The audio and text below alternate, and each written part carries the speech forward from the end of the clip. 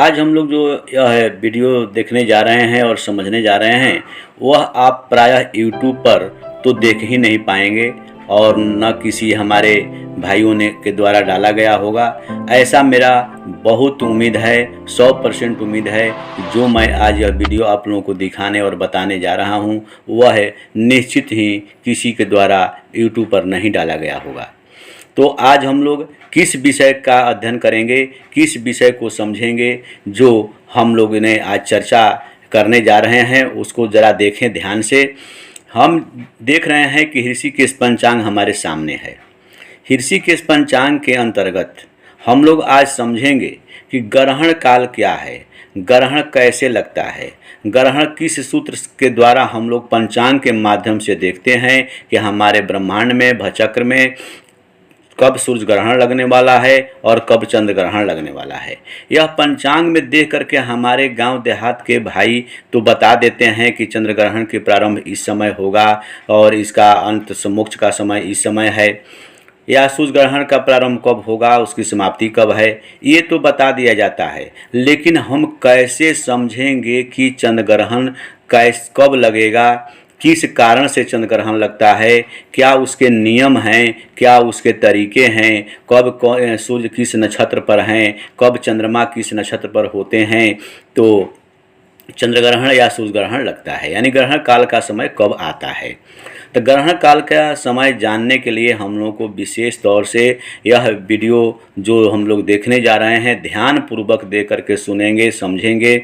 मैं ग्रहण से संबंधित ग्रहण काल क्या है, ग्रहण काल कैसे लगता है, ग्रहण काल के गणितीय विधि क्या है, साथ ही साथ में ग्रहण का सूतक का क्या महत्व है, सूतक कब से कब तक रहता है, उसके बाद आपकी जो राशि है वह राशि का आप लाभ और हानि जो निकालते हैं ग्रहण के समय का वह कैसे देखते हैं। एक ही वीडियो में सारी समस्याओं का हल आप लोगों को आज मिल जाएगा। ध्यान से और समय को थोड़ा अपना दे करके और समझेंगे तो आज के बाद ग्रहण से संबंधित कोई भी प्रश्न आपके मन में नहीं रह जाएगी। तो हम लोग वीडियो को देर न करते हुए चलते हैं। जैसे आप देख रहे हैं ऋषिकेश पंचांग आपके सामने है। इसी पंचांग के माध्यम से आप लोगों को सभी गणितीय सूत्र मैं बताऊंगा, उस गणितीय सूत्र को अध्ययन करेंगे तो निश्चित ही आपको लाभ प्राप्त होगा और आप यह कहेंगे कि वास्तव में जो यह चैनल पर जो भी वीडियो डाला जाता है बड़ा शोध करके और समझ के डाला जाता है। मेरा भी प्रयास यही रहता है कि आप लोग कुछ सीखें, समझें और जानकारी प्राप्त करें। तो आज हम लोग देखते हैं ग्रहण काल से संबंधित। पहले तो हम लोग को ये समझना है कि ग्रहण का समय आता कब है, ग्रहण किस समय आता है, कौन सा ऐसा संजोग भचक्र में आता है जिसके चलते ग्रहण होता है, चाहे चंद्र ग्रहण हो या सूर्य ग्रहण हो, यह कब आता है, उसके सूत्र को हम लोग को समझना अति आवश्यक है। इसका नियम है सूर्य ग्रहण और चंद्र ग्रहण कैसे देखें, तो उसके नियम के लिए हम लोग को ध्यान देना होगा सूर्य के नक्षत्र से, यानी ध्यान देना होता है कि पंचांग में हम लोग देखें कि सूर्य किस नक्षत्र पर हैं और चंद्रमा किस नक्षत्र पर हैं। पहले यही हम लोग को ध्यान देना है। तो सूत्र है सूर्य के नक्षत्र से चंद्रमा जब 15वें नक्षत्र पर हों तो पूर्णवासी को चंद्र ग्रहण होता है और केतु तथा चंद्रमा एक राशि पर हो तो चंद्र ग्रहण होता है। यह ध्यान देना होता है। इसी प्रकार हम लोग चंद्र ग्रहण देखते हैं, यही सूत्र है। अब रही बात कि आपके मन में ये बात आएगी कि बहुत हमारे ऐसे व्यूअर हैं जो ऐसे तो मैं पूर्व में वीडियो सूर्य किस नक्षत्र पर हैं, चंद्रमा किस नक्षत्र पर हैं, इसके बारे में मैंने वीडियो डाल दिया है, आप लोग उसे देख भी सकते हैं तथा डिस्क्रिप्शन में भी आपको इसका लिंक दे दिया जाएगा। आप उसे ध्यान से देख लेंगे, समझ लेंगे। साथ ही साथ थोड़ा सा इशारा भी मैं इस वीडियो में कर देता हूं। सूर्य किस नक्षत्र पर हैं इसको देखने के लिए आप लोगों के मन में असमंजस पैदा होता है कि कैसे हम देखें कि सूर्य किस राशि पर है। ये तो हम लोग देख लेते हैं, स्पष्ट औदयिक सूर्य स्पष्ट जो दिया रहता है पंचांग में वो आप देख लेते हैं। लेकिन आप किस नक्षत्र पर हैं, नक्षत्र के बारे में आप लोग परेशानी में फंस जाते हैं। जैसे एक पंचांग का पृष्ठ हम लोग ले लेते हैं, इस पृष्ठ के आधार पर ही देखते हैं। जैसे यहाँ पर देखते हैं औदयिक स्पष्ट सूर्य, कोई भी हम पेज ले लेते हैं, उस पेज पर आपको बताने का प्रयास कर रहे हैं। जैसे यहाँ देखिए स्पष्ट सूर्य जो है यहाँ पर 11 राशि 25 अंश 21 कला और 42 विकला पर यहाँ पर सूर्य विचरण कर रहे हैं, उस दिन गोचर कर रहे हैं। तो ये 11 तो है और उसमें एक जोड़ दीजिएगा नहीं, 11 से आगे यानी कुंभ राशि से मीन राशि में प्रवेश कर चुके हैं सूर्य। ये तो राशि तो आप निकाल लेते हैं, लेकिन आप लोग सूर्य किस नक्षत्र पर गोचर आज कर रहे हैं यह कैसे जानेंगे, उसके भी सूत्र आपको पूर्व के वीडियो में दिया गया है, जो यहाँ भी दिखाया जा रहा है। इसमें 2 सूत्र आते हैं। जैसे आप देखें, पहला तो सूत्र आता है जो यहाँ पर बताया गया है, ऐसा करके वीडियो में भी डाला गया है, ग्रह के नक्षत्र को जानने की विधि। कोई भी ग्रह के नक्षत्र विधि को आप जान सकते हैं, किस नक्षत्र पर कौन ग्रह है। इस विधि से पहले भी ये आप लोगों को दिखाया गया है, बताया गया है। इस तरीके से आप देख सकते हैं। उसके सरल एक तरीका है जिसका आप निकाल सकते हैं। जैसे आज सूर्य किस नक्षत्र पर है, उसके लिए आप लोगों को कुछ नहीं करना है, आप लोगों को यही देख लेना है। जैसे यहाँ पर औदयिक सूर्य स्पष्ट देखे तो 11 है, तो एक राशि 30 अंश तक चलता है, तो 11 में और 30 में गुणा कर देंगे, जितना आएगा उसमें 25 जोड़ देंगे और 25 जोड़ करके 60 से गुणा करेंगे। तो उसके बाद जितना आएगा उसमें आप 800 का भाग देंगे, तो सूर्य का नक्षत्र यानी गत नक्षत्र आ जाएगा। और अग्रिम अगला नक्षत्र जो होगा वह सूर्य के अश्विनी से गिनती करेंगे, जितना अंक आएगा भागफल वही आपका वर्तमान का सूर्य नक्षत्र होगा।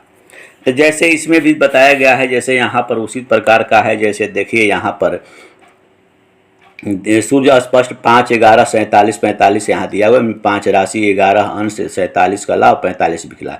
तो यहाँ पर देखिए 30 से 5 का गुणा किया गया 150, यहाँ पर 11 है, अंश 11 जोड़ दिया गया 161, 161 में 60 का गुणा किया गया, यहाँ पर 9660 कला आया।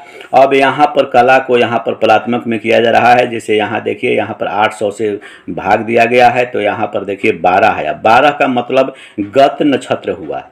अब यानी अश्विनी से नक्षत्र से गिनती करेंगे, 12वां नक्षत्र पार कर चुके हैं, अर्थात 12वां नक्षत्र उत्तरा फाल्गुनी पार कर हस्त नक्षत्र चल रहा है। इस प्रकार हम लोग सूर्य के नक्षत्र को देख लेते हैं। रह गई चंद्रमा का नक्षत्र। तो चंद्रमा का नक्षत्र हम लोग जिस दिन हम लोग देख रहे हैं, चंद्रमा जो है 2.25 दिन में अपना परिक्रमा पूरा कर लेते हैं, 2.25 दिन में ही राशि परिवर्तन कर लेते हैं। तो उसके लिए जो राशि जो नक्षत्र यहाँ पर दिया रहता है पंचांग में, वही आप चंद्रमा के नक्षत्र समझ लें। तो सूर्य के नक्षत्र से नियम है, सूर्य के नक्षत्र से चंद्रमा 15वें नक्षत्र पर हो। तो आखिर कैसे इसको देखेंगे? तो यह देखिए, हम लोग जो पंचांग अभी देख रहे हैं, यह पंचांग जो है यह है वर्तमान वर्ष का है। जैसे यहाँ पर 24-25 का यह पंचांग है, लेकिन इसको समझने के लिए हम आपको 23-24 का पंचांग का सहारा लेते हैं, क्योंकि इस वर्ष जो भी पंचांग में ग्रहण का समय दिया हुआ है, इस वर्ष ग्रहण तो लग रहे हैं, लेकिन यह ग्रहण का समय जो है इस पंचांग में स्पष्ट रूप से नहीं है, क्योंकि ग्रहण का जो भी लगेगा इस वर्ष 24-25 में, वह हमारे भारत में दृश्य नहीं होगा। तो इसलिए मैं एक पिछले वर्ष का पंचांग का माध्यम लेता हूं, सहारा लेता हूं, ताकि उससे आप लोग समझ पाएंगे कि चंद्र ग्रहण और सूर्य ग्रहण को देखने के तरीके क्या हैं। अब जैसे देखिए यहाँ पर हमने जो गत वर्ष का पंचांग लिया है, अब इस पंचांग में यहाँ देखिए 28-29 अक्टूबर 2023 काश्याम खंड चंद्र ग्रहण लिखा हुआ है।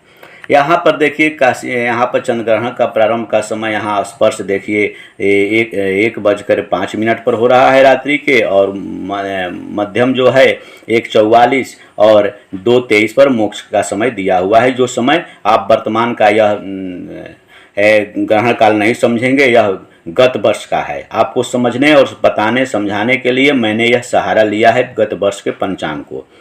तो इसको हम लोग समझने के लिए क्या करते हैं, अब देखते हैं हम लोग 28-29 अक्टूबर के पंचांग पर चले जाते हैं।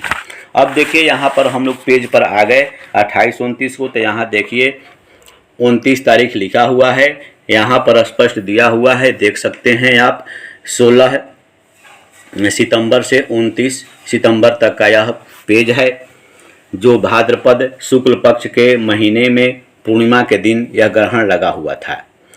तो यहाँ पर देखें, अब समझें, यहाँ पर जब आप निकालेंगे, यहाँ पर देखिए 5, 10, 48, 46 है, यानी 5 राशि औदयिक सूर्य स्पष्ट उस दिन का 5 राशि 10 अंश 48 कला और 46 बिकला दिया हुआ है।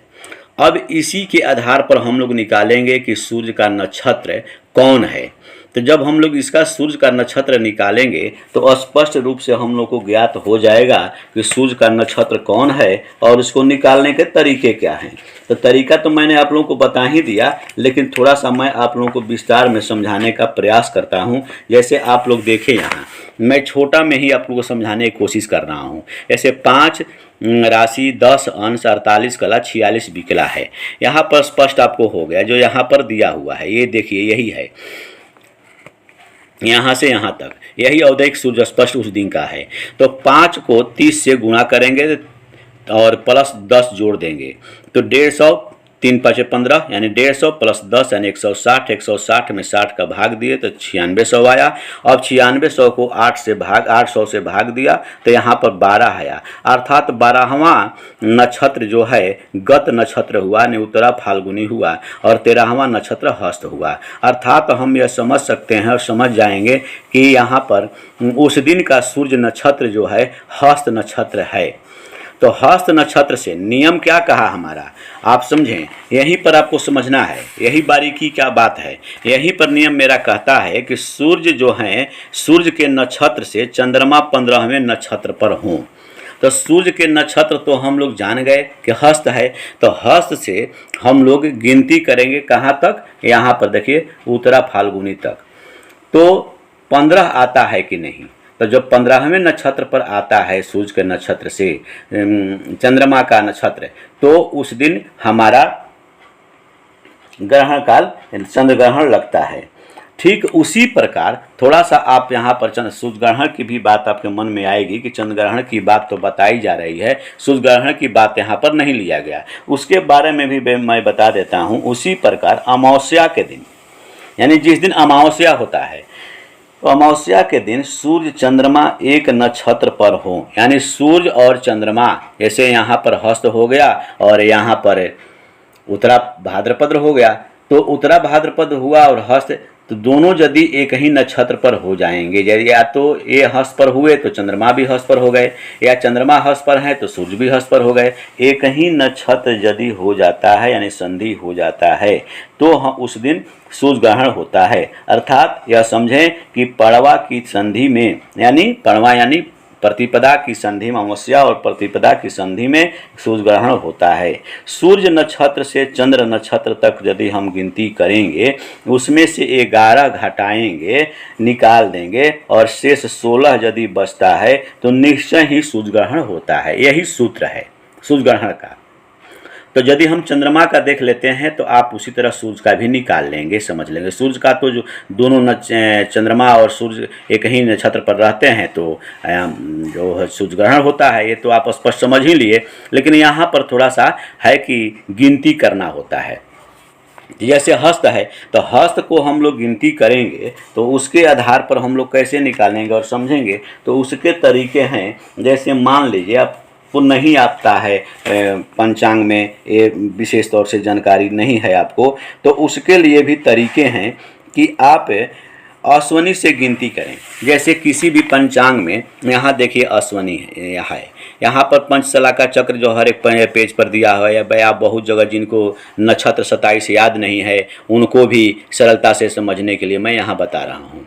जैसे अश्वनी से गिनती करेंगे तो यहाँ पर देखिए हस्त नक्षत्र जो है वह कब की संख्या पर आ रहा है और उससे हम 15वां नक्षत्र को गिनती करेंगे।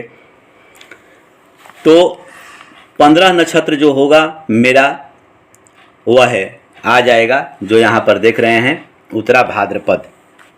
तो इस प्रकार हम लोगों को देख लेना अति आवश्यक होता है।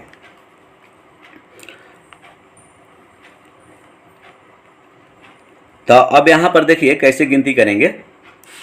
सॉरी थोड़ा सा विलम्ब हुआ। लाइट चला गया था।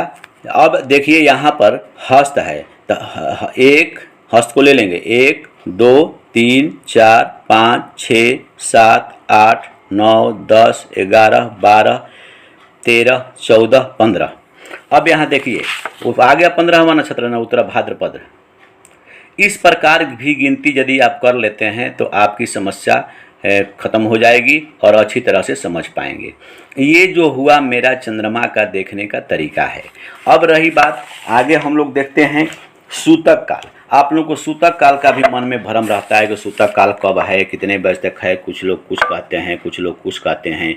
तो सूर्य ग्रहण के लिए, सूर्य ग्रहण से 4 प्रहर पहले यानी 4 प्रहर पहले और चंद्र ग्रहण से 3 प्रहर पहले सूतक लग जाता है। अब आपको किसी से पूछने की आवश्यकता नहीं है, आप इसी आधार पर किसी को बता सकते हैं। इसी प्रकार आप लोग ये भी समझें, पंचांग में भी दिया रहता है कि बालक, वृद्ध और रोगी के लिए जो भोजन जो है निषेध नहीं बताया गया है, उसे खाने के लिए, उसे पालन करने का बताया जाता है। बाकी को सूतक लगता है, इसे यह पंचांग में बताया जाता है, शास्त्र में हमें बताया गया है। अब देखिए, अब आपके मन में ये प्रश्न आएगा कि कैसे हम लोग ग्रहण काल के समय राशि फल कैसे निकालते हैं। मान लीजिए जिस दिन ये ग्रहण लग रहा था तो किस दिन लगा, जिस दिन लगा था उस दिन किस राशि वालों के लिए लाभ है और किस राशि वालों के लिए हानि है, उसको निकालने का भी सूत्र है। जिस राशि पर सूर्य हो, अर्थात यही देखिए, जिस राशि पर सूर्य हो, तो यहाँ 5 राशि लिखा हुआ है, यहाँ देखिए 5 राशि है, तो 5 राशि और प्लस यहाँ पर 1 अंक जोड़ दीजिए। आप अंश कला विकला को नहीं समझ पाते हैं तो यहाँ पर 5 में 1 6 जोड़ दीजिएगा तो यहाँ पर आ जाएगा। यानी यहाँ से 5 सूर्य जिस नक्षत्र पर हो उसमें अपनी राशि तक गिनती करें। जब अपनी राशि तक गिनती करेंगे तो उसका सूत्र मैं आप लोगों को यहाँ दिखा देता हूँ, मैं लिख के भी आप लोगों को लाया हूँ। यहाँ पर देखिए, जिस राशि में सूर्य हो उसमें अपनी राशि तक गिनती करें। 3 8 4 11 आए तो उत्तम है, 5 9 6 आए तो मध्यम है, 1 2 7 10 12 आए तो अधम है। नोट में भी बताया गया है, जैसी राशि हो वैसा फल जाने। ग्रहण होने के दिन से 3 दिन पूर्व और 3 दिन पीछे के तथा शुक्र अस्त के भी 3 दिन पूर्व और पीछे के सभी शुभ कार्य वर्जित होते हैं। ये आप समझ लिए। तो अब इस पर एक सिद्ध करना आप चाहें तो सिद्ध भी कर सकते हैं। अब उसको सिद्ध करने के लिए आपको देखना होगा तौर तरीका। जैसे आप बताया गया कि सूर्य जिस राशि पर हो, तो जिस राशि पर हो तो यहाँ पर देखिए सिंह राशि पर हैं, तो सिंह राशि पार कर रहे हैं, तो सिंह से हम लोग गिनती करेंगे और अपनी राशि तक। तो सिंह से जब गिनती करेंगे तो आपको पता चल जाएगा। जैसे सिंह से गिनती किए, मेरा राशि मिथुन है, तो मिथुन राशि पर गिनती करेंगे तो सिंह है, ये है, तो सिंह से गिनती करेंगे तो सिंह है, कन्या, तुला, वृश्चिक, धनु, मकर, कुंभ, मीन, मेष, वृष, मिथुन, 11 आएगा। 11 आए तो उसे उत्तम समझें। अब इसमें हम लोग स्पष्ट रूप से देख करके जिस दिन ग्रहण काल लगा हुआ है उस दिन भी हम लोग विधिवत देख सकते हैं। जैसे यहाँ देखिए, 11 आए तो श्री, 12 है तो क्षति। तो यहाँ पर उसी प्रकार जैसे हम लोगों ने यहाँ पर देखा है, 3 8 4 11 में आए तो उत्तम है। यहाँ देखिए 3 का मतलब मिथुन हुआ लाभ, 8 जो हुआ वह वृश्चिक हुआ शौक है, यानी गिनती करने पर जो आए। अब तो उसी प्रकार जैसे वहाँ पर सिंह राशि है तो कन्या हुआ, इसे 1 पार किया। यहाँ पर देखिए सिंह है तो कन्या में चला गया। और कन्या से गिनती करते हैं मिथुन तक, तो कन्या, तुला, वृश्चिक, धनु, मकर, कुंभ, मीन, मेष, वृष, मिथुन, यानी यहाँ पर देखिए 10 राशि आ रहा है, तो 10 आएगा तो अधम माना जाएगा। यहाँ पर देखिए 10 यानी मकर आया, तब व्यथ्या लिखा हुआ है यानी कष्ट होगा। अब उसी प्रकार एक और उदाहरण लेते हैं। अब हम लोग ये जान ही गए कि कन्या राशि पर हमारा सूर्य है उस दिन, जिस दिन ग्रहण लग रहा है, तो कन्या राशि की गिनती करेंगे। मान लीजिए कोई तुला गिनती करते हैं। तो तुला हमारा यदि राशि हो तो कन्या से कन्या, तुला, वृश्चिक, धनु, मकर, कुंभ, मीन, और मेरा राशि कितना है? तुला है। तो कन्या, आगे बढ़ गए हम लोग। कन्या और तुला, तो कन्या और तुला, तो इसका मतलब हुआ 2 हमारा आया।